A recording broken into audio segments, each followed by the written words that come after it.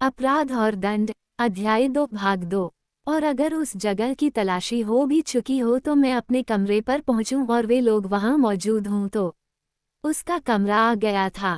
उसमें कुछ भी नहीं था, कोई भी नहीं था। किसी ने उसमें झांका तक नहीं था। नस्तास्या तक ने किसी चीज को हाथ नहीं लगाया था। लेकिन हे भगवान, वो खोखल में उन सब चीजों को छोड़कर चला कैसे गया था। वो लपककर कोने में पहुंचा, कागज के नीचे अपना हाथ डाला, सब चीजें बाहर निकाली और उन्हें अपनी जेबों में भर लिया। कुल मिलाकर 8 नग थे। कान की बालियों या इसी तरह की किसी और चीज की 2 छोटी छोटी डिब्बियां उसने ठीक से देखा भी नहीं। फिर चमड़े के 4 छोटे छोटे केस थे। एक जंजीर भी थी, जिसे अखबार के एक टुकड़े में यूं ही लपेटा हुआ था। अखबार में ही लिपटी हुई एक और चीज थी, जो कोई तमगा मालूम होती थी। उसने उन सब चीजों को अपने ओवरकोट की अलग अलग जेबों में और अपने पतलून की बच रही दाहिनी जेब में रख लिया और इस बात की पूरी कोशिश की कि उन पर किसी की नजर न पड़े। बटुआ भी ले लिया। फिर दरवाजा खुला छोड़कर वह कमरे से बाहर निकल गया।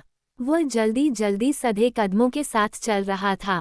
हालांकि वह पूरी तरह टूटा हुआ महसूस कर रहा था, पर उसकी सारी चेतनाएं सजग थीं।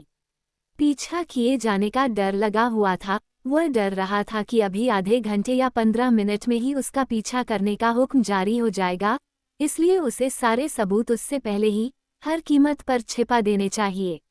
जब तक उसके शरीर में थोड़ी बहुत ताकत बाकी थी, जब तक उसकी अक्ल थोड़ा बहुत काम कर रही थी, उसे सब कुछ ठीक कर देना चाहिए। लेकिन वह जाए तो कहाँ? उसका इरादा बहुत पहले ही पक्का हो चुका था। उन्हें नहर में फेंक दूंगा, सारे सबूत पानी में छिप जाएंगे और किस्सा ही खत्म हो जाएगा। यह फैसला उसने रात को सरसाम की हालत में ही कर लिया था, जब कई बार उसके दिल में ये जोश पैदा हुआ था कि उठे, चल दे और जल्दी से जल्दी उन सब चीजों से छुटकारा पा ले। लेकिन उनसे छुटकारा पाना टेढ़ी खीर निकला। वो आधे घंटे तक या उससे भी ज्यादा समय तक एकतेरिनिंस की नहर के किनारे टहलता रहा।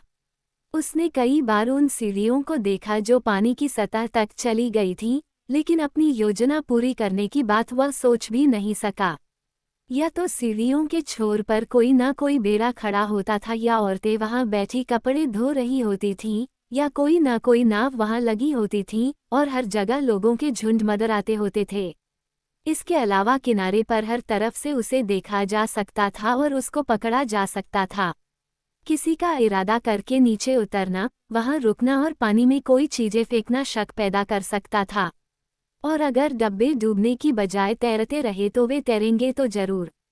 हर कोई देखेगा। यूं भी जो उसे रास्ते में मिलता था वह उसे घूरता हुआ और गौर से उसे देखता हुआ ही मालूम होता था, गोया उसे उस पर नजर रखने के अलावा कोई काम न हो। ऐसा क्यों है, या ये सिर्फ मेरा वहम है, उसने सोचा। उसे आखिरकार यह बात सूझी कि नेवा नदी पर जाना ही सबसे सही होगा। वहां इतने सारे लोग नहीं होते, उस पर लोगों की नज़र भी कम पड़ेगी और वहां हर तरह से ज़्यादा सुविधा रहेगी। सबसे बड़ी बात यह कि वह जगह और भी दूर थी। उसे ताज्जुब हो रहा था कि वो पूरे आधे घंटे तक इस खतरनाक जगह में परेशानी और चिंता में डूबा फिरता रहा और उसे यह बात नहीं सूझी। यह आधा घंटा उसने एक बेतुकी योजना में खो दिया था, महज इसलिए कि वो उसे सरसाम की हालत में सूझ गई थी।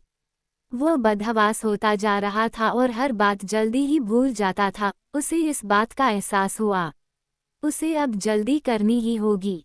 वो प्रोस्पेक्ट से होता हुआ नेवा की ओर चला, लेकिन रास्ते में उसे एक और बात सूझ गई। नेवा की ओर क्यों? पानी में क्यों? क्या ज्यादा बेहतर यह न होगा कि कहीं और दूर निकल चले, शायद द्वीपों की ओर, और वहां किसी सुनसान जगह पर, जंगल में या किसी झाड़ी में इन चीजों को छिपा दें और पहचान के लिए उस जगह पर कोई निशान लगा दें। यूं तो वह महसूस कर रहा था कि उसमें साफ साफ कोई बात तय करने की क्षमता नहीं है, फिर भी उसे यह विचार बहुत जंचा। लेकिन संयोग ने उसे वहां तक पहुंचने नहीं दिया। वह प्रोस्पेक्ट से निकलकर चौक की तरफ आते वक्त उसे बाईं ओर एक गलियारा दिखाई दिया, जो 2 सपाट दीवारों के बीच से होकर एक दालान की ओर जाता था। दाहिनी ओर एक चौमंजिले मकान की सपाट, बिना पुती दीवार दालान में दूर तक चली गई थी। बाईं ओर उसके समानांतर लकड़ी का बड़ा सा बड़ा दालान में कोई 20 कदम की दूरी तक जाकर अचानक बाईं ओर को घूम गया था। ये जगह चारों ओर से घेर कर अलग कर दी गई थी और वहां हर तरह की फालतू चीज इधर उधर पड़ी थी। दालान के सिरे पर लकड़ी की बाड़ के पीछे से नीची छत वाली एक कालिख लगी पत्थर की इमारत झांक रही थी, जो देखने से किसी कारखाने का हिस्सा मालूम होती थी। वह शायद किसी गाड़ी बनाने वाले या किसी बड़ाई का शेड था। फाटक से लेकर वहां तक हर जगह कोयले की गर्द बिछी थी। यहाँ फेंकने लायक कोई जगह होगी, उसने सोचा। दालान में किसी को न देखकर वह चुपके से अंदर गया। फाटक के पास ही उसे लोहे की एक खुली नाली नजर आई, जैसी कि अक्सर उन जगहों में होती है जहां बहुत से मजदूर या कोचवान रहते हैं। उसके ऊपर लकड़ी के तख्ते पर खड़िया से वही युगों पुराना नारा लिखा हुआ था, यहाँ पेशाब करना मना है। ये तो अच्छी बात थी, क्योंकि यहाँ अंदर जाने पर किसी को शक नहीं होगा। मैं सब कुछ यहीं कहीं इस ढेर में फेंककर चुपचाप निकल जाऊंगा। जेब में अपना हाथ डाले हुए उसने एक बार फिर चारों ओर नजर दौड़ाई। दालान की दीवार के पास फाटक और नाली के बीच की लगभग 1 गज सकरी जगह में एक बड़ा सा अनगढ़ पत्थर पड़ा नजर आया, जिसका वजन शायद 60 पौंड रहा हो। दीवार की दूसरी ओर एक सड़क थी। उसे राहगीरों की आवाजें सुनाई दे रही थीं, जिनकी वहां कभी कोई कमी नहीं रहती थी, लेकिन जब तक वह सड़क से अंदर न आ रहा हो, जैसा कि किसी वक्त भी हो सकता था, उसे फाटक के पीछे कोई देख नहीं सकता था। इसलिए जल्दी जरूरी थी। वह पत्थर पर झुका, उसका ऊपरी सिरा कसकर दोनों हाथों से पकड़ा और पूरी ताकत लगाकर उसे पलट दिया। पत्थर के नीचे जमीन में एक छोटा सा गड्ढा था और उसने अपनी जेबें फौरन उसमें खाली कर दी। बटुआ सबसे ऊपर था, फिर भी गड्ढा पूरी तरह भरा नहीं। उसने एक बार फिर पत्थर को पकड़कर हिलाया डुलाया और उसे एक ही झटके में फिर सीधा कर दिया। पत्थर अब अपनी पहले वाली हालत में आ गया, बस बहुत थोड़ा सा ऊंचा हो गया था। लेकिन उसने उसके चारों ओर की मिट्टी खुरची और अपने पांव से पत्थर के चारों ओर दबा दी। अब किसी को हरकत का कुछ भी सुराग नजर नहीं आ सकता था। इसके बाद बाहर जाकर वह चौक की ओर मुड़ा। एक बार फिर पल भर के लिए उस पर बहुत गहरा, लगभग असहनीय आनंद छा गया, जैसा कि थाने में हुआ था। मैंने सारे सुराग दफन कर दिए हैं। पत्थर के नीचे देखने की बात भला किसके दिमाग में आएगी। शायद जब से ये घर बना है, यही पड़ा है और इतने ही बरसों तक अभी और पड़ा रहेगा।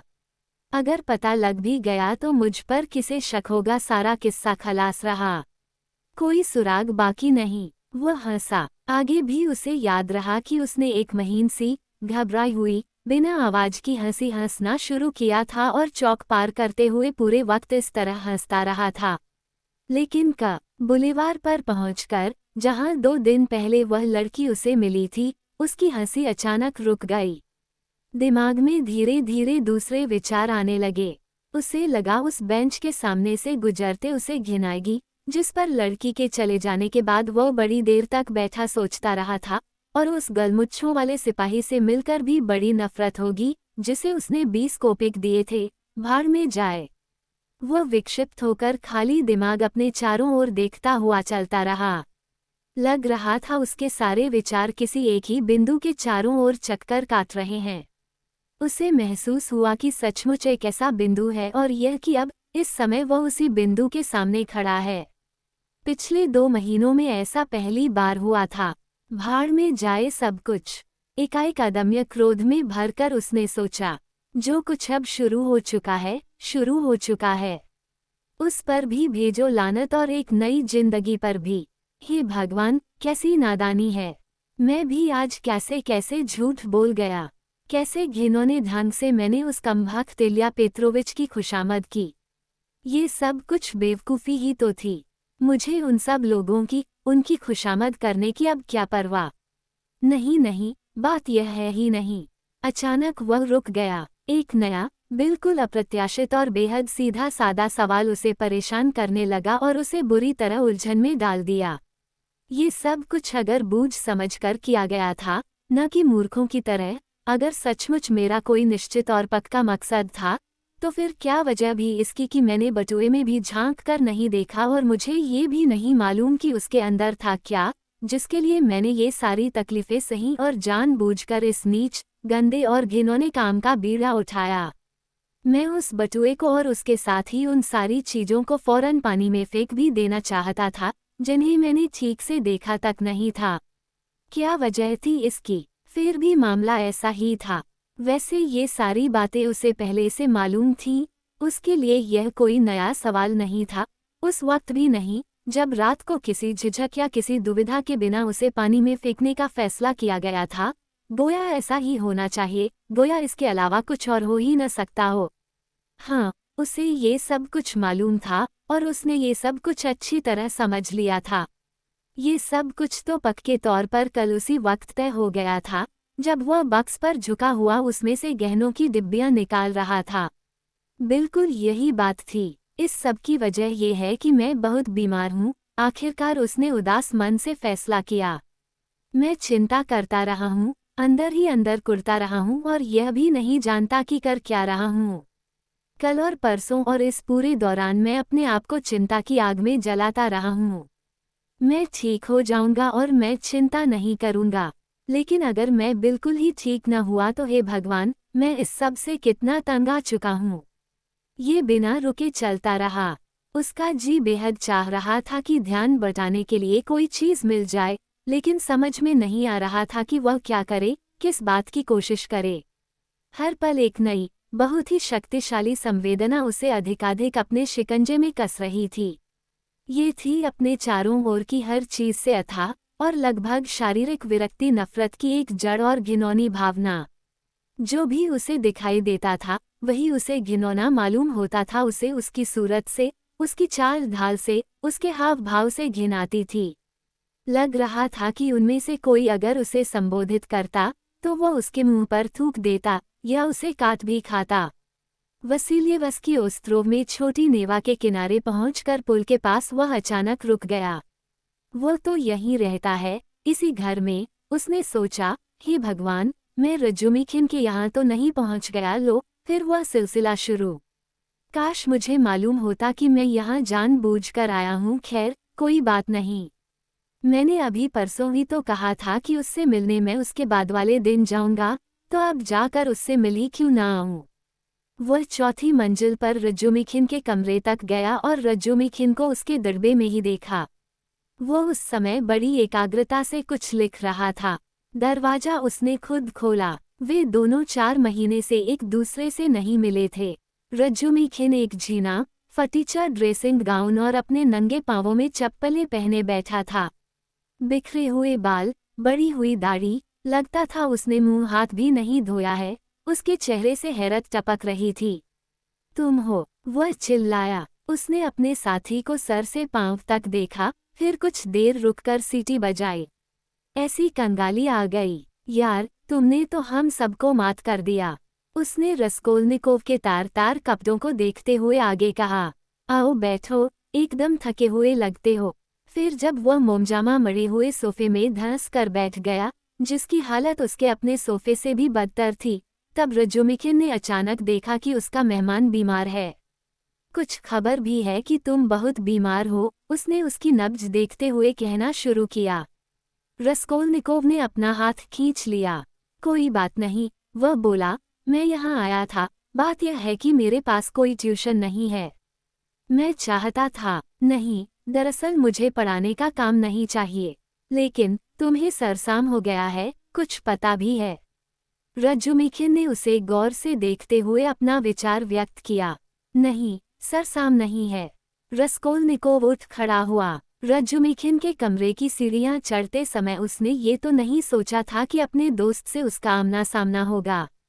अब पलक झपकते वह समझ गया था कि उस पल जो चीज़ वह सबसे कम चाहता था, वह ये थी कि दुनिया में किसी से भी उसका सामना न हो।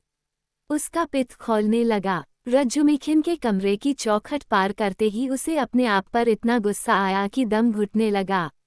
तो मैं चला, फिर मिलेंगे, उसने एकाएक कहा और दरवाजे की ओर चल दिया।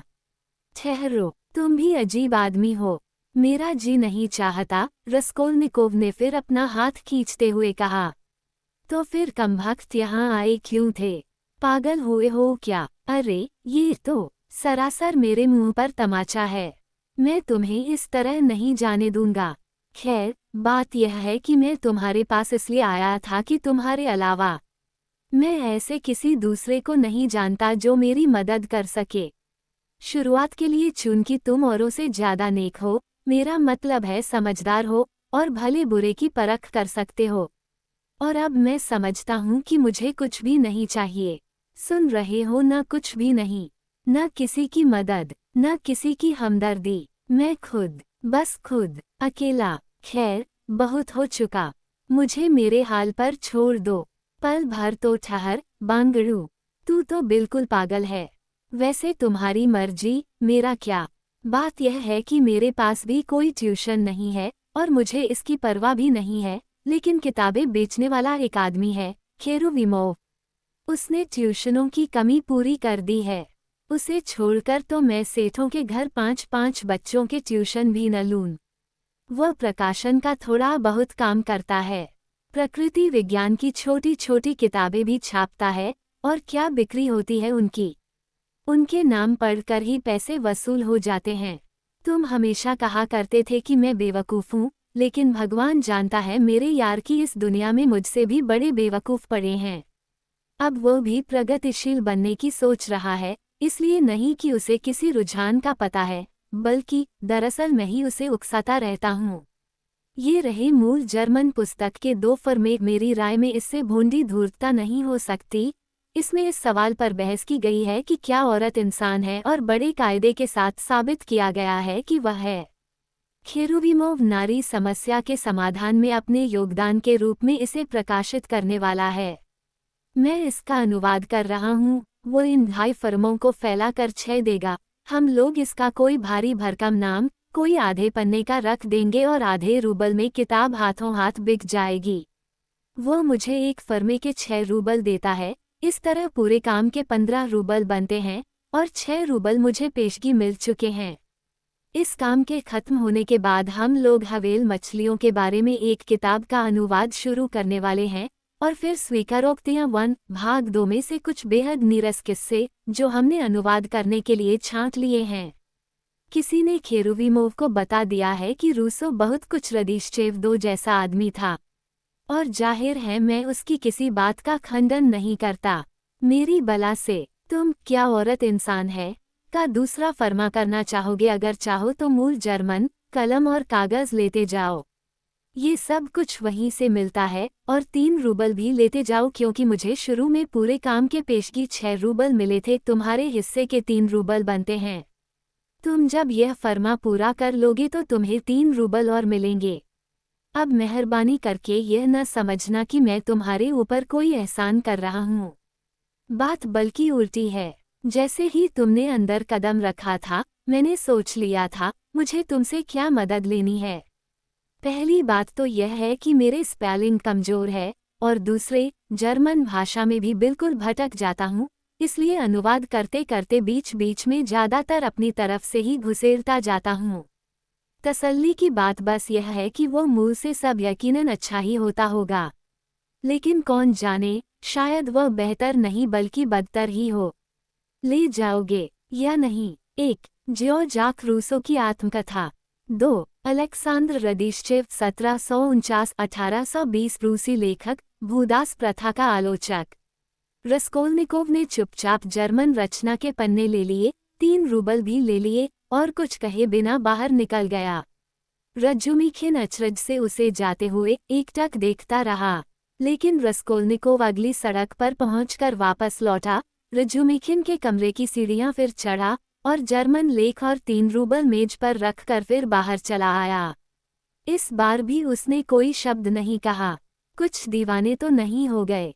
रज्जुमिखिन आखिरकार गुस्से में आकर जोर से चिल्लाया, यह क्या नाटक है? तुम मुझे भी पागल बना दोगे? कमबख्त, मेरे पास फिर आए ही क्यों थे? मुझे नहीं चाहिए कोई अनुवाद का काम, रस्कोल्निकोव ने सीढ़ियों पर से बुदा कर कहा। तो फिर कमबख्त, क्या चाहिए तुम्हें? रज्जुमिखिन ने ऊपर से चिल्ला कर कहा। रस्कोल्निकोव चुपचाप सीढ़ियां उतरता रहा। अरे सुनो, कहाँ रहते हो तुम? कोई जवाब नहीं मिला। जाओ, फिर भाड़ में जाओ। लेकिन अब तक रस्कोल्निकोव सड़क पर पहुंच चुका था। निकोलाइवस्की पुल पर पहुंचकर उसे एक अप्रिय घटना की वजह से फिर जाकर पूरी तरह होश आया। एक कोचवान ने उस पर 3-4 बार चीखने के बाद उसकी पीठ पर एक चाबुक जोर से जड़ दी, क्योंकि वह उसके घोड़े की टापों के नीचे कुचलते कुचलते बचा था। चाबुक पड़ते ही वह गुस्से से ऐसा तिलमिला उठा कि झपट कर सीधे पुल के कगार की तरफ जा पहुंचा। वह न जाने क्यों गाड़ियों की उस आवाजाही में पुल के बीचों बीच चल रहा था। गुस्से से वह दांत पीसने लगा। जाहिर है उसने लोगों को हंसने का सामान थमा दिया था। अच्छा हुआ, बदमाश, पुरानी तिकड़म है, नशे में होने का बहाना करो और जानबूझकर पहियों के नीचे आ जाओ ताकि हर जाने का दावा कर सको। धंधा बना लिया है, यही काम है इसका। वो कगार के पास खड़ा गुस्से से मुंहचक्का होकर दूर जाती हुई गाड़ी को देख रहा था और अपनी पीठ सहला रहा था कि इतने में उसने किसी को अपने हाथ में कुछ पैसे रखते महसूस किया। उसने देखा सर पर रुमाल बांधे और पांवों में बकरी की खाल के जूते पहने एक अधेड़ उम्र की औरत थी। उसके साथ एक लड़की थी, शायद उसकी बेटी होगी, जो हैट लगाए हुए थी और हरे रंग की छतरी लिए थी। ले, भले आदमी, मसीह के नाम पर ये ले। उसने पैसे ले लिए और वे दोनों आगे बढ़ गईं। 20 कोपेक का सिक्का था। उसके कपड़ों और सूरत शक्ल से लोगों ने उसे सड़क का भिखारी समझा होगा। तो 20 कोपेक का ये दान उसे चाबुक खाकर मिला था, जिसकी वजह से उन्हें उस पर दया आ गई थी। सिक्के को अपनी मुट्ठी में बंद करके वह 10 कदम चला और फिर मुड़कर नेवा नदी की ओर मुंह करके खड़ा हो गया और शरद महल की ओर देखने लगा। आसमान पर एक भी बादल नहीं था और नदी का पानी गहरा नीला लग रहा था, जो कि नेवा नदी में कभी कभार होता है। गिरजाघर का गुंबद, जिसका सबसे अच्छा दृश्य छोटे गिरजाघर से कोई 20 कदम दूरी पर पुल से दिखाई देता है, धूप में चमक रहा था और साफ हवा में उसकी सजावट की एक एक तफसील अलग अलग पहचानी जाती थी। चाबुक की मार का दर्द दूर हो गया और रस्कोल्निकोव उसके बारे में भूल भी गया। इस समय उसके दिमाग पर एक बेचैन करने वाला विचार पूरी तरह छाया हुआ था, जो पूरी तरह स्पष्ट भी नहीं था। वह शांत खड़ा देर तक टकटकी बांधे क्षितिज को घूरता रहा। इस जगह से वह बखूबी परिचित था। जब वह यूनिवर्सिटी में पढ़ता था, तब सैकड़ों बार आमतौर पर अपने घर जाते हुए इस जगह शांत खड़ा रहकर इस भव्य दृश्य को टकटकी बांधे देखता रहता था। ये दृश्य उसके अंदर एक अस्पष्ट सी रहस्यमयी भावना पैदा करता था, जिस पर वह हमेशा ही आश्चर्य करता रहता था। उसे देखकर उस पर एक विचित्र उदासीनता छा जाती थी। ये शानदार रंगारंग चित्र उसे गूंगा और बेजान लगता था। हर बार उसे अपने मन पर पड़ने वाली इस धुंधली रहस्यमय छाप पर हैरत होती थी और अपने आप पर विश्वास न करके वह इसका कारण जानने का काम फिर कभी के लिए टाल देता था। अब उसे अपनी पुरानी शंकाएं और उलझनें साफ साफ याद आ रही थीं और उसे लग रहा था कि इस समय उनका याद आना केवल संयोग नहीं था। ये बात उसे कुछ अजीब और बेतुकी लग रही थी कि वह पहले की ही तरह ठीक उसी जगह आकर रुका था, गोया उसने ये कल्पना की हो कि वह उन्हीं विचारों को सोच सकेगा, उन्हीं मान्यताओं और चित्रों में दिलचस्पी ले सकेगा जिनमें थोड़े समय पहले ही उसे दिलचस्पी थी। ये बात उसे कुछ हास्यास्पद लगी, पर फिर भी उसका दिल तड़प उठा। तब उसे ये सब कुछ बहुत दूर गहराई में, कहीं उसके पांवों के नीचे ही, आंखों से ओझल मालूम हो रहा था। उसका सारा अतीत, पुराने विचार, पुरानी समस्याएं और मान्यताएं, पुरानी स्मृतियां और यह चित्र, और वह स्वयं सब कुछ। उसे लगा वह ऊपर की ओर उड़ा चला जा रहा है और आंखों से हर चीज ओझल होती जा रही है। अनजाने ही हाथ को हवा में घुमाते हुए उसे अचानक मुट्ठी में बंद उस सिक्के की याद आई। उसने मुट्ठी खोल दी, कुछ देर सिक्के को घूरता रहा और फिर जोर से बांह घुमाकर उसे पानी में फेंक दिया। फिर वह मुड़ा और घर की ओर चल पड़ा। उसे लग रहा था उस पल उसने अपने आप को हर आदमी से और हर चीज से चाकू से काटकर अलग कर लिया है। जब वह घर पहुंचा तो दिन ढल रहा था। इसका मतलब है कि वह 6 घंटे तक चला होगा। कैसे और कहां होकर वह वापस आया, ये सब उसे याद नहीं था। कपड़े उतारकर बुरी तरह कांपता हुआ वह सोफे पर लेट गया। हालत दौड़ा दौड़ा कर निढाल कर दिए गए घोड़े जैसी हो रही थी। उसने अपना ओवरकोट ओढ़ लिया और फौरन फरामोशी के गर्त में डूब गया। शाम ढल रही थी, जब वो एक भयानक चीख सुनकर जाग उठा। हे भगवान, कैसी भयानक चीख थी! ऐसी अजीब आवाजें, ऐसी चीख पुकार, ऐसा रोना पीटना, ऐसी मारपीट, ऐसे आंसू, ऐसे लात घूंसे और ऐसी गालियां उसने पहले कभी नहीं सुनी थीं। ऐसे जंगलीपन, ऐसे जुनून की वह कल्पना भी नहीं कर सकता था। दहशत के मारे वह उठकर पलंग पर बैठ गया और तीखे दर्द के मारे उस पर बेहोशी सी छाने लगी। लेकिन लड़ने, रोने और गाली गलौज की आवाज तेज होती जा रही थी। फिर वह अपनी मकान मालकिन की आवाज पहचान कर हक्का बक्का रह गया। वह दहाड़े मारकर चिल्ला रही थी, चीख रही थी और रो रो कर तेजी से जल्दी जल्दी उखड़े उखड़े शब्दों में कुछ कह रही थी। इसलिए वह क्या कह रही है, उसकी समझ में कुछ भी नहीं आ रहा था। ये तो जाहिर था कि वह गिड़गिड़ा रही थी कि उसे पीटा न जाए, क्योंकि उसे सीढ़ियों पर बड़ी बेरहमी से पीटा जा रहा था।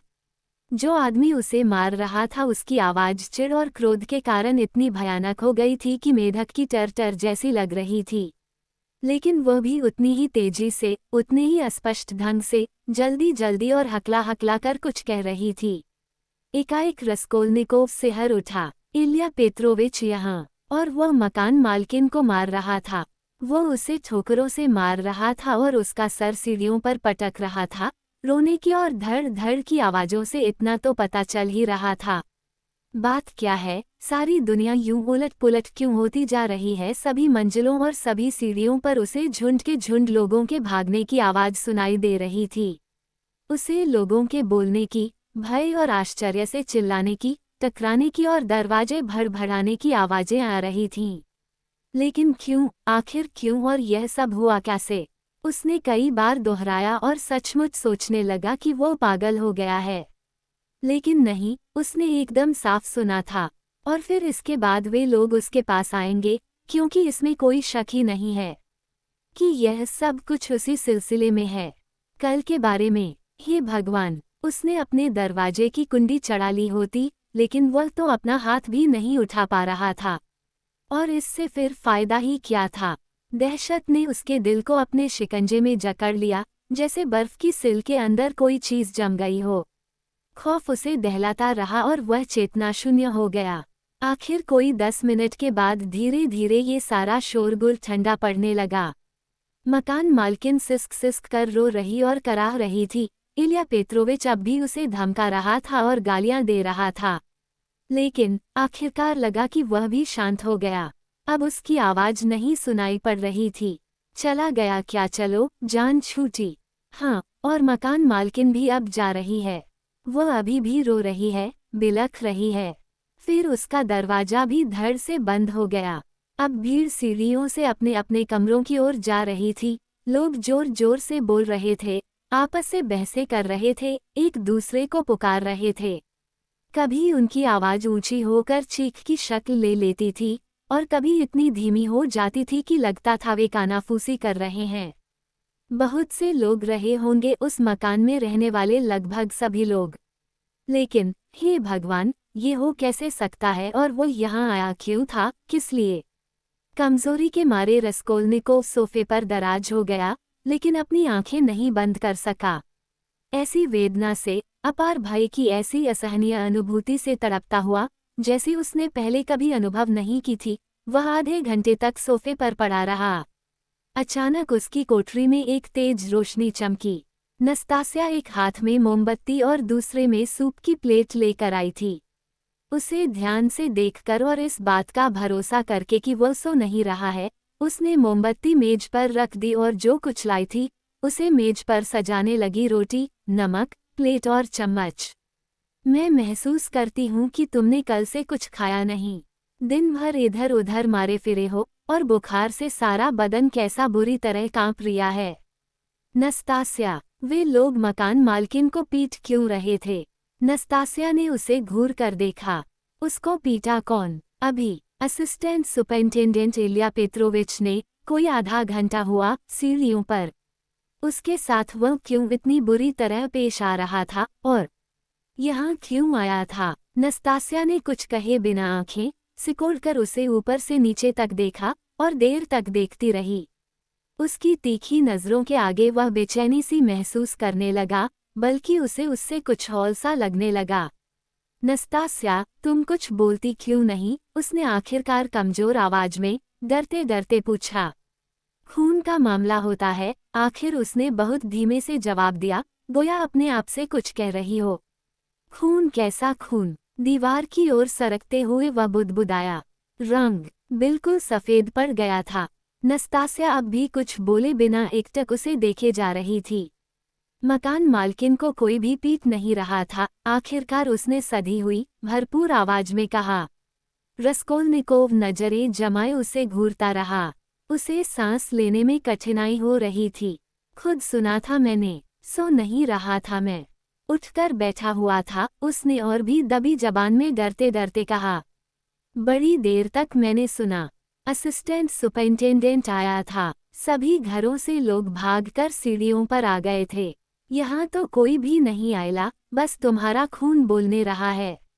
उसे जब निकासी का कोई रास्ता नहीं मिलेगा और वह जम जायला है तब ऐसा ही होएला है। तुम ये सब अपना मन में सोचेला है। कुछ खाएगा? उसने कोई जवाब नहीं दिया। नस्तास्या अब भी उसके ऊपर झुकी खड़ी थी और उसे गौर से देख रही थी। मुझे पीने को कुछ दे दो। नस्तास्या। वह नीचे गई और चीनी के सफ़ेद मग में पानी ले आई। लेकिन इसके बाद क्या हुआ उसे कुछ भी याद नहीं रहा। रस्कोल्निकोव को बस इतना याद था कि उसने एक घूंट पानी पिया था और कुछ पानी अपने सीने पर छलका दिया था। इसके बाद वह फिर फरामोशी की गोद में चला गया।